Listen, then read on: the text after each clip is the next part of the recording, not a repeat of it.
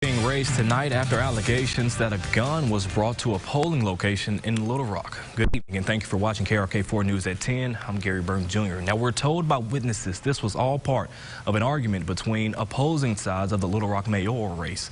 Now we first heard about this last night when mayoral candidate Steve Landers released this statement about the alleged argument, saying, quote, "It is my understanding that a number of supporters of Mayor Frank Scott was antagonistic towards our poll workers who are members of Latinos for Landers. Now we do not condone any intimidation or threaten violence at polling locations or any place else in our city.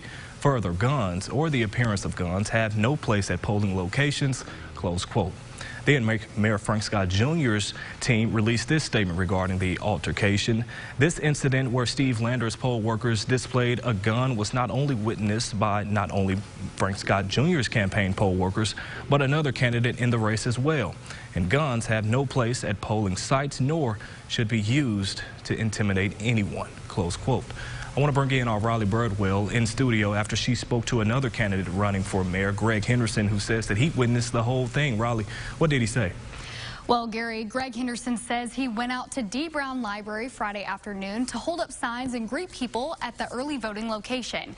He says during his time there, Frank Scott Jr. and Steve Landers supporters got into a heated argument.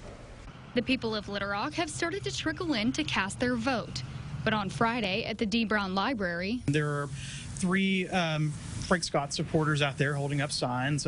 About 20 minutes or so into that, a handful of two Landers supporters pulled up and started kind of, jarring back and forth with some of the Frank Scott supporters. Greg Henderson says the Landers supporters called more people to come support, and things began to escalate. Only one of the Landers supporters kind of indicated he had a gun, kind of pressed his shirt up against his hip so that you could see the outline. Then Henderson says voters began to notice the heated argument. There were some, some people going back and forth to go vote.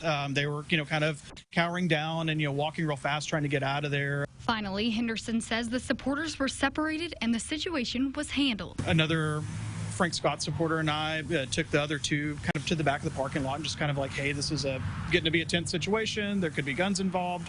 Let's calm down. And he says that guns have no place at polling sites. To happen, there's never a need to have a gun at polling place. There's also never need any for that type of argument going on. It needs to be a place where, hey, if we're all in this together and we're really all trying to make the city better, regardless of which candidate you're supporting or which candidate you are, we need to make sure that we're building people up, not trying to create divides that continue to plague the city.